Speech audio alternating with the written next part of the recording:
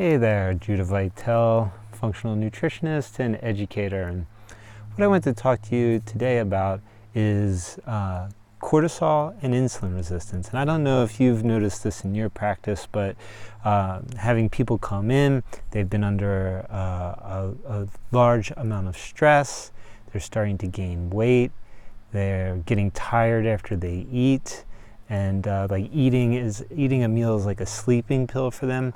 And they just, in general, start to you start to notice that their blood sugar is starting to elevate. And so they just feel miserable in general. And one of the things that I notice a lot is people who are under, say, an acute stress experience, and they start gaining weight and they're trying to adapt to that stress, they start getting this abdominal weight gain, what we like to call the spare tire. And I find there's a direct correlation between cortisol and this spare tire. So when I look at the physiology, what I start to notice is that there's this connection between cortisol and insulin. So insulin is the hormone that the pancreas secretes to deliver glucose into the cells, right? And cortisol is the hormone that the adrenals secrete to handle stress. And there's kind of three phases to this. The first phase is that there's an acute response to stress, and then there's an adaptation phase, and the adrenals are kicking out a lot of cortisol to adapt to that stressor. And during this acute response and this adaptation phase, what we would notice if we ran a salivary cortisol panel, or an adrenal stress index is what it's called, is you would see elevation of cortisol. And that elevation of cortisol does something really interesting with insulin. What happens is elevated cortisol blocks insulin's ability to deliver glucose to the cells. So what will happen is, over time, with hyper adrenal function and elevated cortisol, is the cells start to become insulin resistant. And as they become resistant to insulin, what happens is that excess glucose that's circulating around in the bloodstream, rather than being able to get into the cells to be used for energy, gets converted into triglycerides and stored fat. And that's an energy-intensive process. So what happens is, when a person who has hyperadrenal function and insulin resistance eats, they get really tired, because the energy-intensive process of converting excess glucose into triglycerides exhausts them. So eating is like a sleeping pill. Now, over time, what this can lead to is abdominal weight gain, that spare tire that we talk about, and eventually what will happen is leptin resistance might start to kick in. So leptin resistance, just like there's insulin resistance, leptin is the hormone that our fat cells secrete when we eat to let us know that we're full and satisfied. Well, the feedback mechanism to that, the hypothalamus, might become, it may not respond to the leptin as well as it used to, because this is the HPA axis, the hypothalamic pituitary adrenal axis. And so leptin resistance happens, and people they lose their hunger mechanism, meaning that they start to lose the fact that they're full.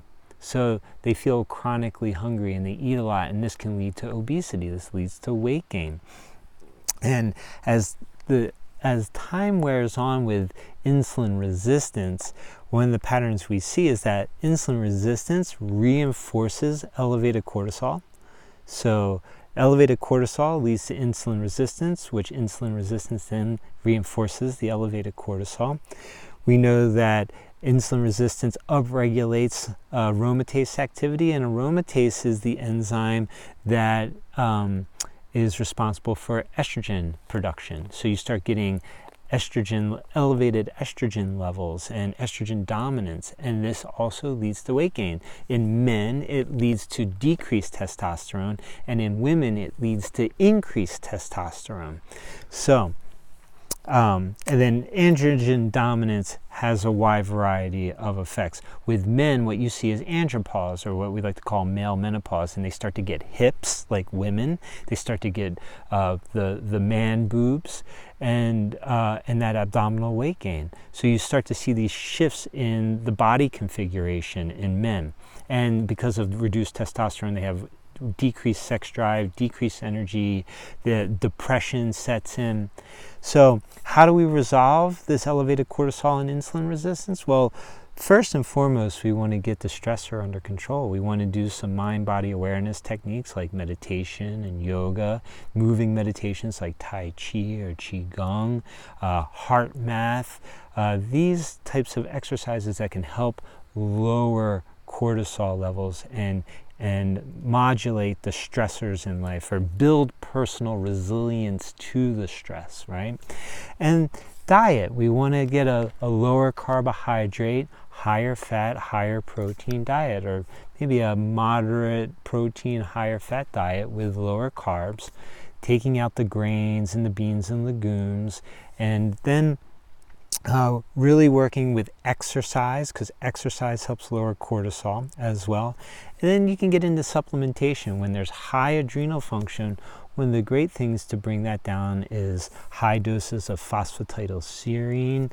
You can use nervines like skullcap and passion flower, valerian, hops, California poppy, just to start bringing those cortisol levels down. And you can also use adaptogens like ashwagandha, eleuthero, Devil's Club is a favorite of mine. And so holy basil is another fantastic adaptogen. So with a three-pronged approach of diet, lifestyle, and supplementation, you begin to bring that cortisol down. And then you would want to take nutrients that can help increase insulin sensitivity. So things like Gymnema sylvestre, vanadium, chromium, bitter melon are some great things to start increasing that insulin sensitivity. So I hope this has been of benefit to you, and I hope you have a nourishing day.